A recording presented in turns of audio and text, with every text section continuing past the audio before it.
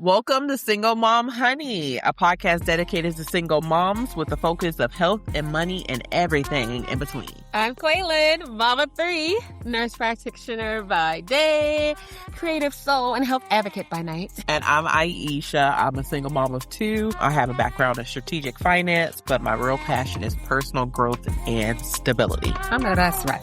Shit. We decided that we were going to start Single Mom Honey to help empower single moms to regain self-identity and self-confidence while obtaining knowledge and the power and the ability to live your best life ever. I know that's right. So we cover 2 topics mainly, and that is health, money, and everybody's interested in health and money. Yeah, because it impacts them from That's the only way you could be rich. Yeah. So listen, we're going to get into our topic for today here on Single Mom Honey podcast. And we're going to talk about single and thriving, embracing the solo journey. I know that's right. Right? You have to embrace it. It is another life. I like to tell people I've lived 3 lives. I was single and free. I was married and miserable. I'm divorced and happy. Listen. So I'm on life 3. Listen, Linda. It is Linda? Linda, whoever it is. I liken my marriage as unto the movie 12 Years a Slave. Oh my God. Right? I ain't going back for nobody. No. Once I hit that North Star, I was going to keep running till I see the waters that I can't see the other sides. Yes, absolutely. As Quaylin mentioned, the purpose of our podcast is to inspire and to empower single individuals, most importantly, single mothers, to embrace their solo journey and to find you again, find joy again. And also grow personally and spiritually, because that is a huge dynamic in all of our lives. But we want to definitely highlight the importance of reframing singlehood, as I mentioned, an opportunity. I'm on life number 3, baby, and I'm loving it. Me too. Yeah, right? It's an opportunity for self-discovery and fulfillment. So, for more info, follow us on Instagram, Facebook, and TikTok as Single Mom Honey, and also join our private Facebook group, Single Mom Honey, to get up on the latest tea and honey combos. Exactly. So we're trying to create a community for all of us because we know that we needed this. This is the reason why we created Single Mom Honey in the first place. And so let's get into it. How is it being single and thriving? It's absolutely amazing. It's like to start with the fact that I am happily divorced. Like a lot of times I'm outside and, doing the healthcare thing. And my patients, we're building rapport. They're like, hey, do you have kids? Do you have a family? I'm like, yeah, I got 3 kids. And they're like, well, are you married? And I'm happily divorced. And they're like, well, we didn't think you were that old. Are you old enough to have a 17-year-old or 18-year-old? I'm like, well, my skin's smooth. And I do cover my grays. Everybody leaves situations and relationships at whatever time's best for them. But I'm happy I got divorced when I did. Because, I was on the verge of completely... I wish I did it sooner. But go ahead. Me too. Listen, me too. But I'm glad that, some of me was still preserved. You know what I mean? Sometimes people completely lose themselves. Yeah. And starting over again, a fresh start is never a bad thing. Yeah. I think a lot of people, the stigma is like, oh, you got divorced. Oh, you did something wrong. No, actually, it might be the first time in your life that you actually did something right. Yeah. For me, it was. So we're redefining singlehood. What are some of the challenging societal norms when it comes to the societal pressures or stereotypes about being single that you have experienced as being divorced? That I failed. Yeah. That I failed as a mom. I felt that, but no one else has made me feel that way, though. I failed as a wife. Oh. And if failing as a wife was a way for me to win, I'm failing all day. Right. Never failed as a mother. Let me see. What else? Other norms that, you can't make it without your significant other, that your kids won't benefit or they won't succeed because they're in a single parent household. Yeah. That your family is incomplete. Yeah. Or you're incomplete without a partner, so. That is a false narrative. In other words, fake news. Yeah. Yeah. Okay, Trump. So, there are benefits of being single. What are some of the benefits that you feel like you experience? All right. My ex-husband was always in competition with me. And I didn't know that he was in competition with me. Like, there were other people who let me know. It was like, I graduated from college. Boom. He didn't graduate. But it was like, when I had a celebration, he had to make himself bigger. It had to be about him. Yeah, I graduated from nursing school. Oh, that wasn't enough. He did something else. Like, in my celebration dinner, it was about him again. Yeah. I feel like, when you're not with the right partner, everything is a weird competition, even if you're not the one competing. Yeah. And you don't know that you're competing. You don't even know. You don't even know. Someone is racing against you. Someone is competing against you. Someone is trying to sabotage you. Yep. When you're single, you don't got to worry about that shit. Yeah. Like, the only competition you have is you. And if you're not worried about competition, you're just building and building and building. And you don't have to worry about all of the hurdles that other people may give you. Because, as a single mom, it's hard enough just to be like, you know what? I got these projects I got to finish. And then I also got to be a full-time mother, a full-time sister. God forbid you're going to court for custody or child support. And then you're working full-time. Yeah. Like, it's just too much. Stereotypes. What else? There are stereotypes that single mothers are on the welfare system. Oh, yeah. Especially if you're a woman of color or Black. Yeah, but yeah, I'm here to say that that's untrue. Yeah. If it is your story, then it's a part of your story. Exactly. That's okay. Yeah, and at some point, I was on Section 8 while I was finishing up nursing school. Because, you know what? Why not utilize resources that will help you so you can be less stressed? You already have enough on your plate.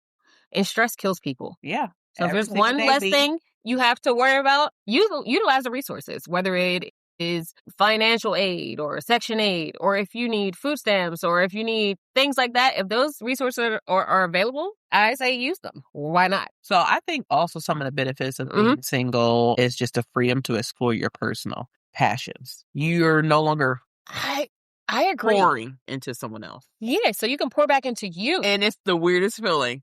After you actually start thinking you're greedy when you pour the amount. Listen, the amount that I poured into someone else, when I started pouring it back into me, I was like, is this selfish? It didn't feel that way. Okay. It just felt weird. Like, I wasn't fighting it. Just felt weird. It was like all the energy that I didn't realize how much energy I was giving away in my marriage to my children's father until, I kicked him out and I filed for divorce. And then all of a sudden, all this extra time and energy that I did not have. Right.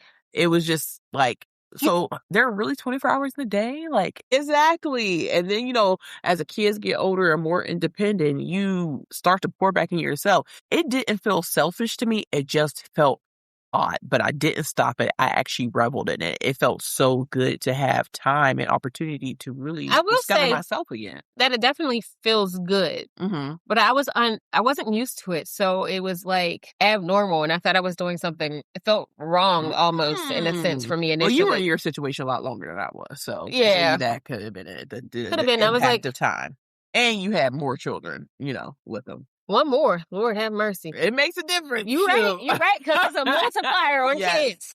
Exactly. So it gives you the opportunity to build your personal boundaries, to give you the opportunity to get to know who you are as an individual. That way you don't fall into the pitfalls of falling into more unhealthy relationships. Exactly. You have to learn from that experience. Like, you give time to heal.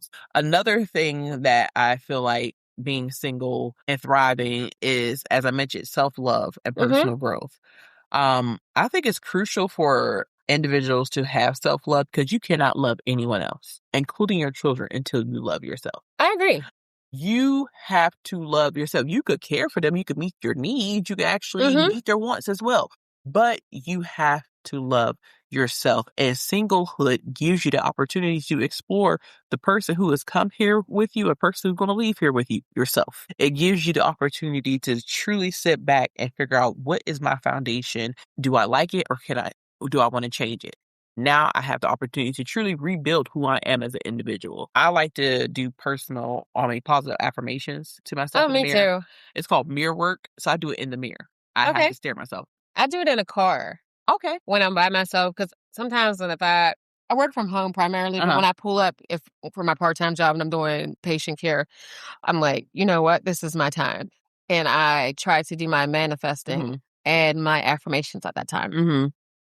So one thing that I did notice after going to therapy after the divorce is I realized I was not looking at myself in the mirror.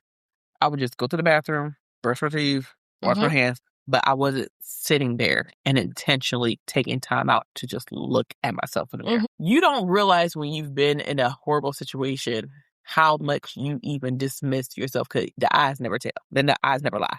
I could never look myself in the eye because I knew I was not in a place that I needed to be in. You know what? I happened to look at myself and I noticed that I was aging rapidly. Like it was almost ailments. Yeah, it was like almost like he was sucking the life out of you. Girl, you done stole my words. Called vampires for a reason. Energy vampire. You just read my mind. Yeah. Literally, if I did like a collage from me when I met the guy to when I had kids and married back to now, it's like I was young, then I aged, and then I time travel back. Yeah. Like, you seen me. It's real. You fucking seen me. It's real because you don't have time. They don't allow you to have time to invest in yourself. And then also you're taking care of the kids solely by yourself, even though it's a whole nother capable adult over there. You're still doing it yourself, being a single married mom.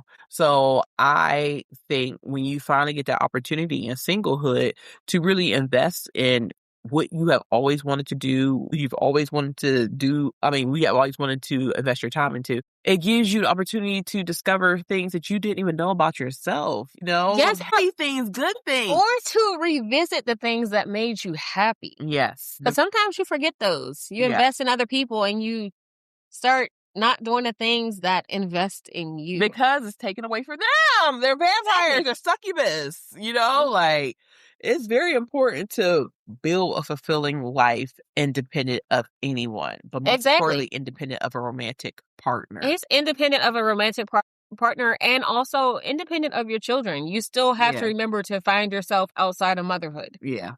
But sometimes you can lose yourself during the relationship and with motherhood, and it's like a double whammy. Yeah. So, yeah. And I know I have experienced through other people that in a marriage, they're dedicated to their husbands. And I'm talking from a woman's perspective because that's the only thing I can speak of because I am a woman. They invested into their husbands, and once the divorce or the marriage broke apart, then they solely just poured into the children. Right. Stayed single the whole time, didn't want to date anybody else, but didn't change that energy that they directed towards their prior partner to themselves in any way. They just gave double to the kids, triple to the kids. And less to themselves. And then when the kids turn 18 and leave out the house, they got no idea. They not only they have no idea, here come the guilt trip. I did everything for you. Now you're trying to control your children because everything you put into them, which is so unfair. Girl, you should have had a healthy relationship with you. So you didn't have to depend on me to feel as if you are relevant in this life that you were blessed with.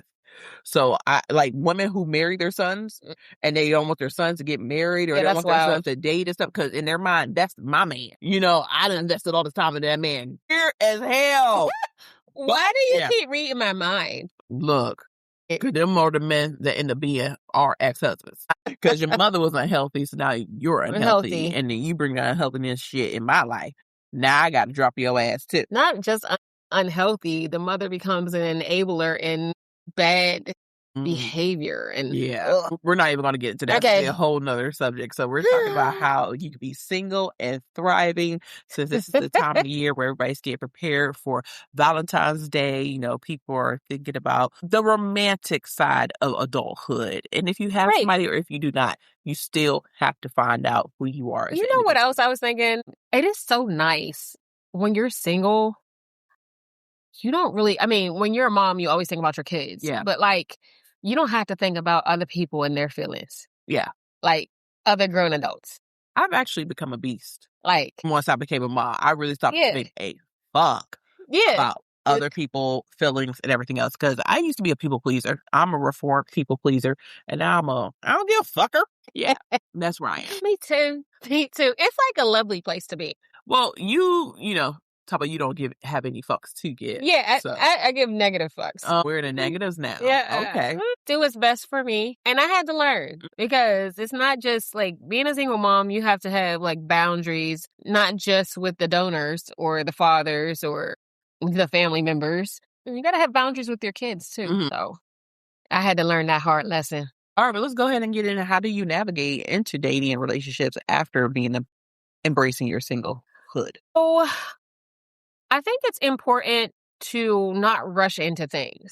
Like initially when you're out there, especially when you're coming in straight from like a long-term relationship or marriage, because bad habits, they're hard to break. Yes, they are. So a lot of times, sometimes you have a mark on you too. Exactly. Others can pick it from. Listen. Mark of the beast. Exactly. But predators smell blood. Yeah. When you got fresh blood, you injured out here, girl. Go let them alone. They can smell you. Go heal. Yeah, go heal. Healing doesn't also mean that you can't date at all. You can still go outside and have fun, but you got to do everything in moderation. Yeah. You can't just be out here wild. Dating with intention. You date with intention. So if your intention is just to date for friendship or companionship, that's fine. If your intention is to date for marriage or a serious relationship, that's fine. But you got to know what exactly you want.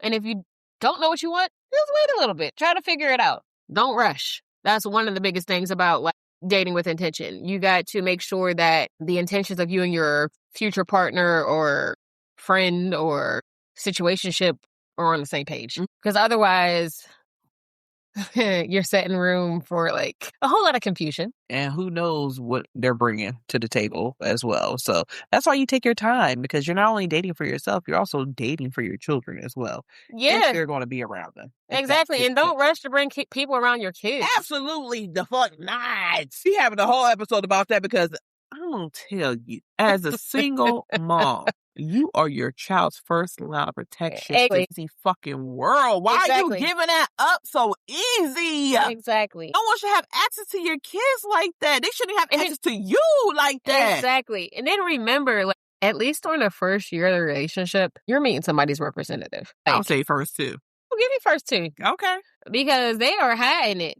Because that monster is like, if I come out now, she gonna get rid of me. I gotta get my hooks in this bitch. I mean, I gotta make her love me to the point she ain't gonna want to leave me like my mama did, because they got abandonment issues. Exactly. A lot of them.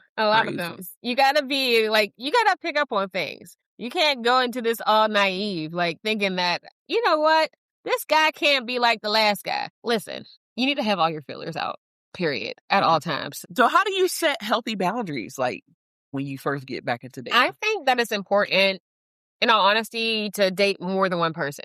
Now, dating more than one person is not meaning that you sleep with all the people. If you want to sleep with all the people, you're grown as hell. Do whatever you want. But, like, date them, get to know them under different circumstances. Because I think a lot of times people make the mistake of, you know, I'm dating with intention, I'm dating one person. Then you get kind of, like, fixated on this one person. Yeah, to meet all of your needs. And then once you've been married or in a long-term relationship, you kind of get like tunnel vision. Like, I gotta make this work. No, the fuck you don't. If they're crazy. Let them be crazy on their own. Exactly. That's not your responsibility. Yeah. Release them back to the streets. Right. Here you go. Go back from whence you came. Yeah. Yeah. You fucking crazy mother. Exactly. You got to be able to let them go. Because then if you don't, then you're just like, it's like self-injurious behavior. Because like, I will tell you this, your radar is on 100% typically after you get out of a bad relationship. Like, you see the red flag. Yeah. It'd be like, they're like this. Yeah. Now, if you think, like, I get overstimulated really fast. So, like, if somebody's in my face like this with a whole bunch of red flags, I'm like, I can't do this. Like, do you see that moving on your head? You can't feel that? Like, you know, so I feel like a lot of people try to ignore that because they don't know the difference between like being alone and feeling lonely. And you got to figure out what that is for you, you know? Yes, having discernment and realizing not to settle. Exactly. Don't settle. You already did that before. You want to do that again? No. So you mean to tell me you going to turn in a vehicle that got 250,000 miles to go buy one to 350? No. Absolutely not. We're not settling for less. You did it already. You deserve so much more to that. And exactly. Being able to truly embrace your solo adventures means that you have to have a strong foundation with who you are and have those boundaries up. Yeah, so it's very important to figure out, and you can do this by like journaling, like the things, like I say you make a list of things that you used to do that you really enjoyed. Okay. Like, so for me, I like karaoke. Because she could sing. She don't be singing. I ain't never heard her sing a day in my life. I heard her sing, though. Or like if you're into art, if you're into traveling, like I love traveling by myself. Have you ever traveled solo? Yes, but only like 2 times. Okay. So nowhere far. So I've traveled solo to Greece and to Sweden. Was it Sweden? Switzerland? I did go to Switzerland by myself. South Africa. Yeah. Well, I did. I met somebody in South Africa, but I did travel by myself. And then I also went to the DR by myself. Mm-hmm. It was like a wonderful experience. And at first I was like, oh my God, I'm going by myself. I won't have anyone with me. But imagine planning a trip and you don't have to consider anyone else. When every day of your life you consider everybody else. That sounds glorious. You're outside like, you know what? I want to eat. Mm. Are you hungry? Are you hungry? Did you eat a snack? You want a snack? Can I have some of that? You don't got to share. Yeah. You can do all the things. Like when you want to go on take your time. Yes. You hurry up. We're about to go. He go on an excursion. Like, you don't got to worry about nobody else's attitude or like, I don't really want to do that. And so then you miss out on something that like, you might not get back to do that. Like, it's magical. This sounds wonderful. It is. It is magical. Like, just the time you get alone with yourself just to be like, you know what? I think I'm going to breathe right now by myself. No one's stealing my O2. No one's stealing it. Like, and I'm about to go take a nap. Exactly. Like that. And then, I'm ready to go. And you're not ready? There's nobody else there. I'm going by myself. So do you feel like, go ahead.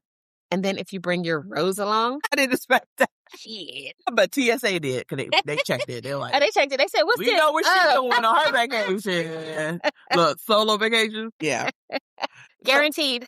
Do you feel like that boosted your independence and your confidence of being able to do a solo trip? Absolutely. Because I think my first solo trip was probably after the divorce was to the Dominican Republic. Okay. And I actually went to a wedding. Oh, okay. And I was like, oh my God, I'm going to a wedding by myself. This is going to be weird. In the midst of a divorce. In the midst of a divorce. Everyone knows. They're going to be looking at me like, are you okay? And then the donor couldn't go to the wedding because he hadn't paid his child support. And in PA. So it was flossing.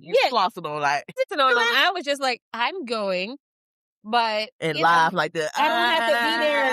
I don't gotta be single with an ex there. Yeah. Like, you know what I mean? It ain't gotta be all that. I don't have no extra nonsense. Mm-hmm. I can do whatever I want. And it was wonderful.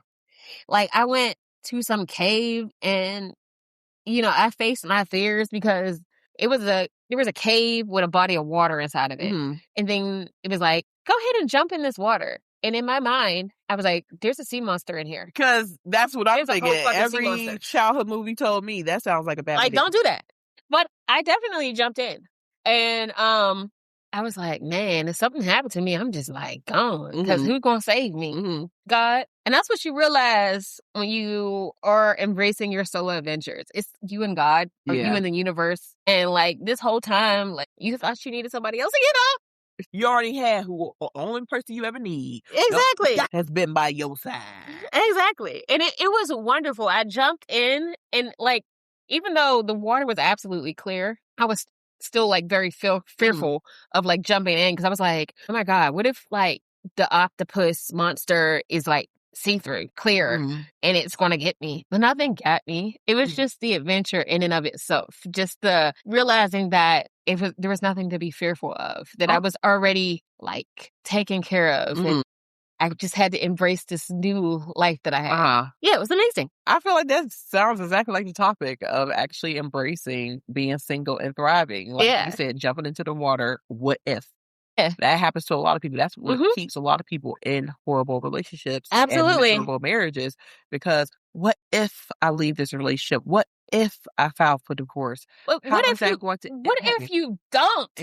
You're going to be dead. Yeah, but what are people going to say about me? Yeah. They're going to say I failed at my marriage, and the reason marriage didn't work because I was a horrible wife. There's no possibility that the man could be the issue. One thing about embracing a solo adventure is meaning that you ain't got to worry about nobody else's fucking opinion of you. And you learn that after going through the process. Because there's going to be some bumps along the road. It's not going to be smooth sailing.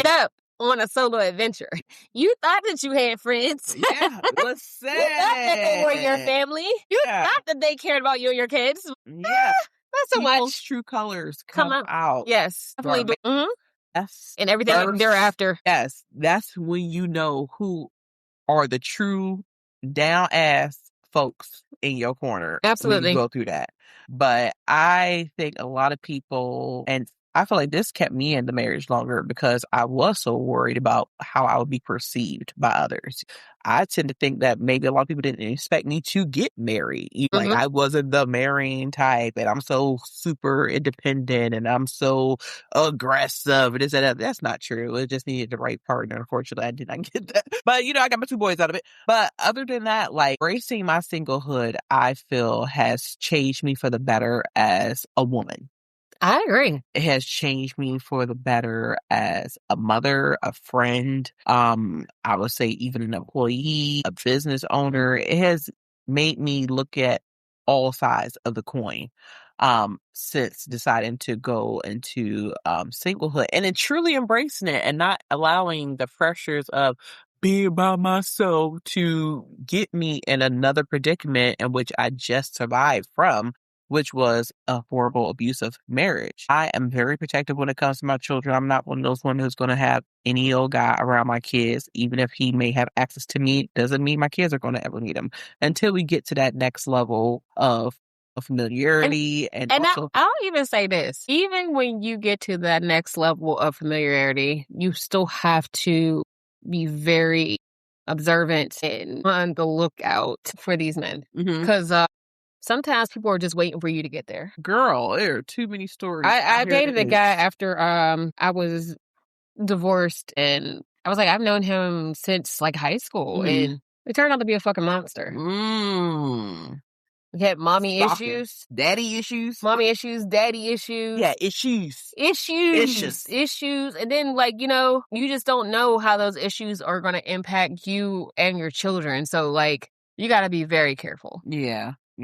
People got to prove themselves. It's not just like you got to see them in all seasons for a couple seasons, like before you even let them around. That's a lesson that I learned. I think another way of being single and thriving, not only with the personal growth and the self-work, the therapy, the ability to rebuild your finances, the ability to actually, like you said, pick up on hobbies and interests that you may have laid down because you didn't have the energy to do so because you were feeding into a negative, never-ending abyss. And now you have the time to do that. But a lot of people have issues with being single. They want to jump right back to another relationship. They need to be with another person. You are going to stay in that cycle. So I think you are going to stay in that cycle. Yeah, you don't need to be with another person. I will say that.